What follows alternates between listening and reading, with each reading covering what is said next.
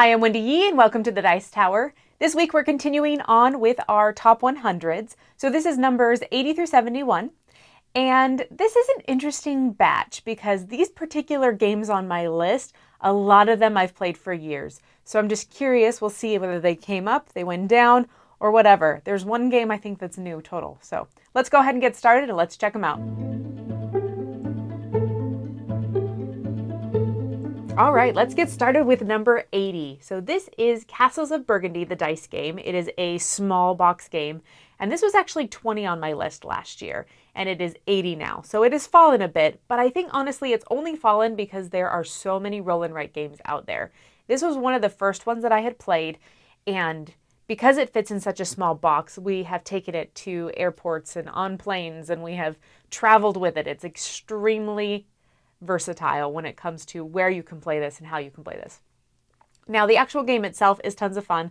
So you're rolling dice and you have a nice little Castles of Burgundy map in front of you, and you're trying to connect color dice with number dice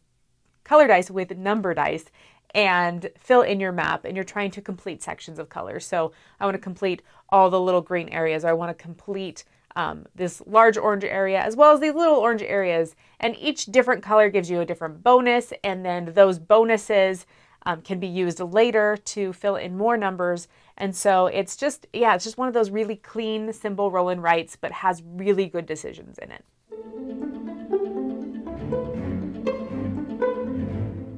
Next up is number 79. This is Mandala. And in Mandala, what you're trying to do is you're completing these Mandala circles. There's two in front of you. It's a two-player game. And you are placing out color cards. And whenever one Mandala has all 7 colors in it, it is considered completed. And then it's kind of this majorities game of whoever has the most cards in their personal area attached to that mandala then gets to pull stuff from the middle, and you get to pull a bunch of different colors. And what really makes this interesting for me is the scoring. So as you gain new colors of cards, those newer colors they become worth more points throughout the game. So I may start with a green card. Well, my green card's only worth 1 point, but by the time I get up to, my 5th card, that's yellow cards are now worth 5 points each if I'm able to collect now more yellow cards. And so there's this push and pull and this give and this take of, I know that green cards are worth nearly nothing for me, but green cards are worth a ton for you. So do I want to keep them from you by taking them, or do I want to give them to you so I can take something even better for me? So I really enjoy it as a 2-player game. I think that it's quick to set up, it's simple to play, but there's some really, really good decisions in there. My 78 is Point Salad. This is a little card game that plays very simply and smoothly and cleanly. And essentially what you're doing is you have 3 stacks of cards, and if you pull from the top of the deck, they are scoring cards, or if they're flipped over and revealed in front of you, you can pull from that market, and then they're actual vegetable cards that go into your salad. And so you're trying to balance whether you're getting scoring cards or you're getting cards that are used to score those scoring cards. And so it's a fun little combination. It's a quick game. It's one of those that I pull out at a convention just between stuff, or someone wants to play something quickly and we're waiting for another game to finish. So it's just one of those really nice light fillers that when I played it for the first time, I was like, yes, I really like this game. So that's Point Salad. Next up, my number 77 is Where Words. This is another game that I play at conventions a lot. So this is kind of my late night, I'm tired, so I don't want to pull out a really heavy game, but I want to enjoy the company of people. So Where Words is basically 20 questions, but we're working competitively and there's a little bit of social deduction. And I'm hit or miss with social deduction games. I typically don't want to play them a ton, but this to me more is a 20 questions game with a little bit of social deduction. And so that's what I think is what makes it really enjoyable, is you have a person that is trying to get everybody else to guess what word they have, and they're just asking questions. You're giving yes or no answers, but then you have some plants in the audience, someone who knows the word that wants you to get it, someone who doesn't want them to get it. So there's just that interesting push and pull and play to see really, can the team get it, and can we figure out who the person is that knew the word as well. So, Where Words, very good convention game.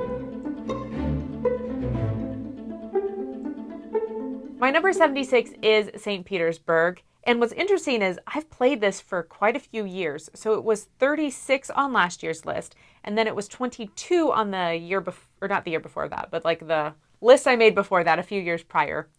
And what's fascinating is that this is a game that is so ugly, it then got reprinted and became even uglier. So we have the really old version that is prettier than the creepy, ugly version. Anyways, it looks terrible. Looks absolutely terrible. But I don't really care about that because I love the mechanisms. This is a game where you are collecting resources kind of at the beginning of the round, and then there's a few different phases in the round where you can purchase cards. And so those resources have to last through all of those phases till you get back around to the beginning. And so you have that kind of like resource phase. So do you want to buy more cards that will give you more resources? Or do you want to save that money and then buy cards that give you more buildings that build your engine in a different way? Or do you want to save your money and wait till the people phase so that you can get these peoples, which are a lot of like endgame scoring stuff? Or do you want to wait for like the random card phase where other stuff comes out and then you reset? I just really, really enjoy the play structure of this. It has very good decisions. It's good opportunity cost. You're sharing that market with other people. And so you're trying to figure out like, do I spend all this money now? Do I save it for later? Is someone else going to jump in and bite? And then some things get cheaper in the market. So it's like, do I wait till it gets cheaper? Will it be there once it's cheaper? Or is someone else buy it before that point? There's just really, really good choices in this. And I love it. It's sad that it's moved down, but I think that's just because it hasn't gotten to the table in the last little bit. I do feel like if I were to play this again, if it were to get a reprint or something, it would be very revitalized in my book, and it might shoot back up. Number 75 is a new game for me this year, and this is Acropolis. This is a city building game where you are building these hexes wide as well as tall, and you're trying to group colors in whatever way they score. So for example, I think the red pieces want to be on the outside edges, and the blue pieces all want to be together. And so based on those colors as well as the scoring tiles you draft throughout the game, you're just kind of building that city. What I think is really interesting is the multi-level dimension. For me, I enjoy those very spatial puzzle games where you're trying to connect things and make stuff work just right. And so as you're stacking stuff higher, they're worth more, but they're covering up other pieces.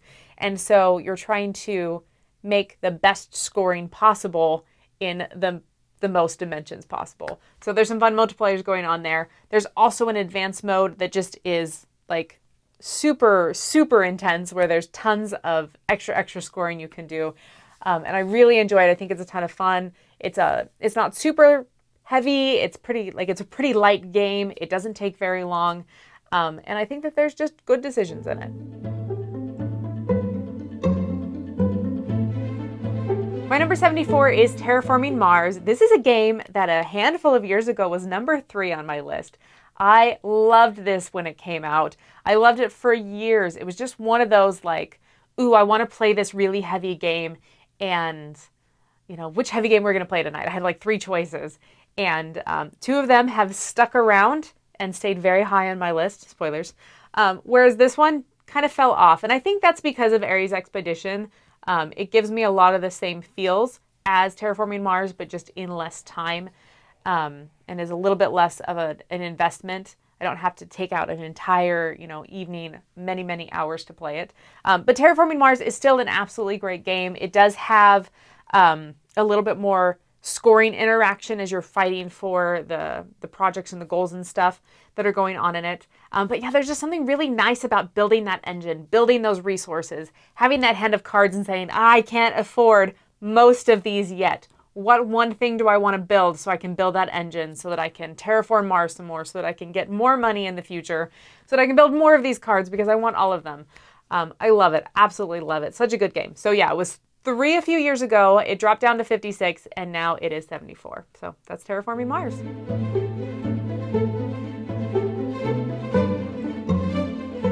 Next up, my number 73 is Mobile Markets.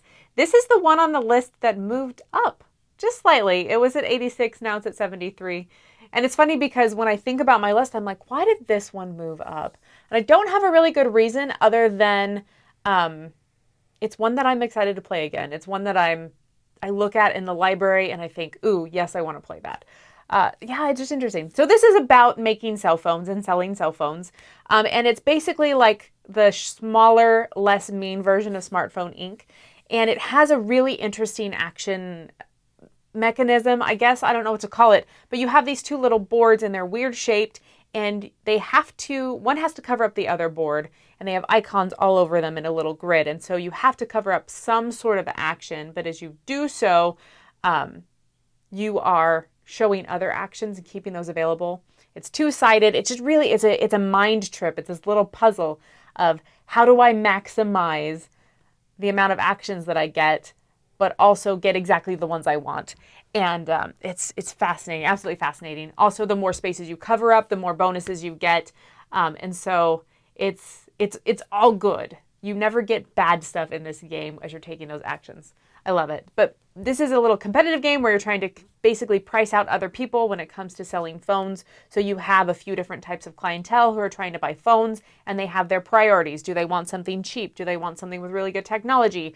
And so you're trying to meet their needs and just kind of like do that market research, get those things sold, but while beating out other people. Because if they want a top of the line phone and they don't care about price, but you're tied with someone else and you have something slightly less expensive, they're going to buy that. So it's absolutely fascinating, the little bit of competition that's there. I enjoy the economics of it. I think it's really interesting, and it's a fun game. So that's Mobile Market. Next up is 72, and this one is Cooper Island. This was 30 on my list last year and has moved down, sadly, to 72. But I think that's just because there's so many heavy games that I want to play. There's so many big, tight, crunchy Euros that are just delicious. And this one is one that I've played it a few times. I've gotten my feel for it. And so I think that's why it's moved down, but I still very much love it, and I would play it at the drop of a hat if I had the time and the means. So in Cooper Island, what you're doing is you are building this little map in front of you, and the way resources work are so fascinating. So you can put them in your hold, which you have very little space in your like cargo hold, like maybe 6 spaces total, like 6 cubes, that's it. Or you can leave them out on the map. So the resources, as you're building up the terrains, you put little cubes on them, and those cubes are the resources, and their level is dependent on how high that particular terrain is. So if you have a 3-level high terrain of food, then you have a 3 food cube that you can spend at the end of the round to feed your workers. But if for some reason you need to continue moving up or building up that tile or putting something on top of it, and you take that food off and you put it in your cargo hold, it's only worth the 1 cube. And so it is this interesting decision of you're trying to build up with a little kind of puzzliness of your board in front of you, but you also can hold almost nothing. And so you need to be able to spend those resources to build new things, to get points and all of that. And so it's a lot of fun. It is tight, but I really enjoy it. There's also some really cool interaction with the worker placement board that's going on. There's a lot of really good things. And the more I talk about it, the more I want to move it up on that list and play it. But sadly, it is at the number that it is. We'll see next year. Maybe it'll move up if I have a chance to play it. So that is my number 72, Cooper Island.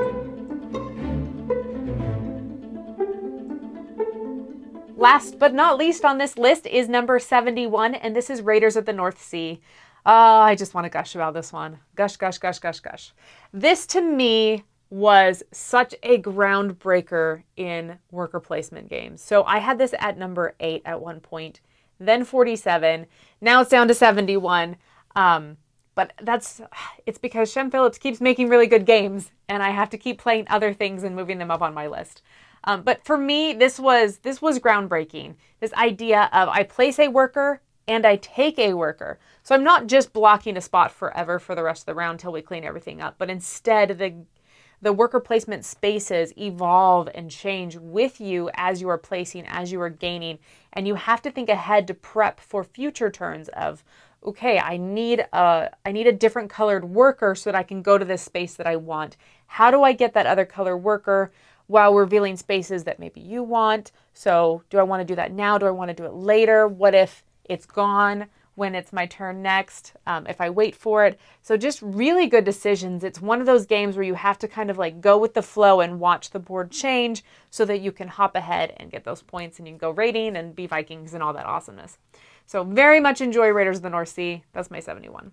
Thanks so much for joining me today. This was my numbers 80 through 71. Stick around. There are tons of other top 100s going on this week and for the next couple months. We hope that you're enjoying them. Also check out our other live stuff as well. I'm Wendy Yi. This is the Dice Tower, and I hope you have an absolutely fabulous day.